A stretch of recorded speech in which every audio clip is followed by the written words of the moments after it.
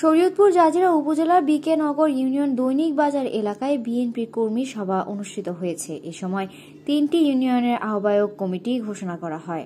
রুদ্রবার্তা প্রতিনিধি পাঠানো প্রতিবেদন ও ভিডিও চিত্র নিয়ে রুদ্রবার্তার ডেস্ক রিপোর্ট।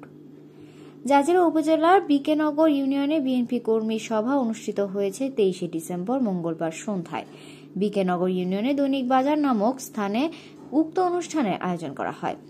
জাজিরা উপজেলা বিএনপি যুগ্ম আহ্বায়ক মিজানুর রহমান মুন্সির সভাপতিত্বে ও উপজেলা বিএনপির অন্যতম যুগ্ম আহ্বায়ক মোহাম্মদ রুবেল আকনের পরিচালনায় অনুষ্ঠানে প্রধান অতিথি ছিলেন জাজিরা উপজেলা বিএনপির সদস্য সচিব ও সাবেক ছাত্রনেতা মাহবুব আলম টিটু আকন।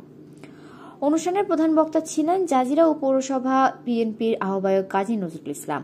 বিশেষ অতিথি ছিলেন জাজিরা উপজেলা বিএনপির সিনিয়র যুগ্ম আহ্বায়ক মোহাম্মদ সুরুজ মাতবর, যুগ্ম আহ্বায়ক শিকদার মাহমুদ শাহিন, জাজিরা পৌরসভা বিএনপির সদস্য সচিব KM কামরুজ্জামান মিলন। সম্মানিত অতিথি ছিলেন জাজিরা উপজেলা বিএনপি যুগ্ম আহ্বায়ক আলী আহমেদ মিয়া,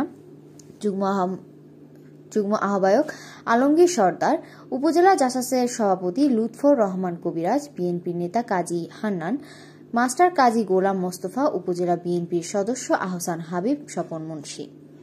এ সময় উপস্থিত ছিলেন বিএনপি নেতা ইদ্রিস ঢালী, পালেরচর ইউনিয়ন বিএনপির সাবেক সভাপতি মিজানুর রহমান স্বপন হাওলাদার, বিএনপি নেতা রফিকুল ইসলাম ফরাজি, রতন মোল্লা, যুবদল নেতা শেখ রুবেল, বিএনপি নেতা রফিকুল ইসলাম মাঝি, Razzak Matbar, UP panel chairman Mizanur Rahman Talukdar, BNP নেতা আনোয়ার হাওলাদার, সাবেক ইউপি মেম্বার মুজিবুর রহমান কাজী সহ বিএনপি ও অঙ্গ সহযোগী সংগঠনের বিপুল সংখ্যক নেতাকর্মী। অনুষ্ঠানে জাজিরা উপজেলা বিএনপির সদস্য সচিব মাহবুব আলম টিটু আকন 3টি ইউনিয়নের বিএনপির আহ্বায়ক কমিটি ঘোষণা করেন।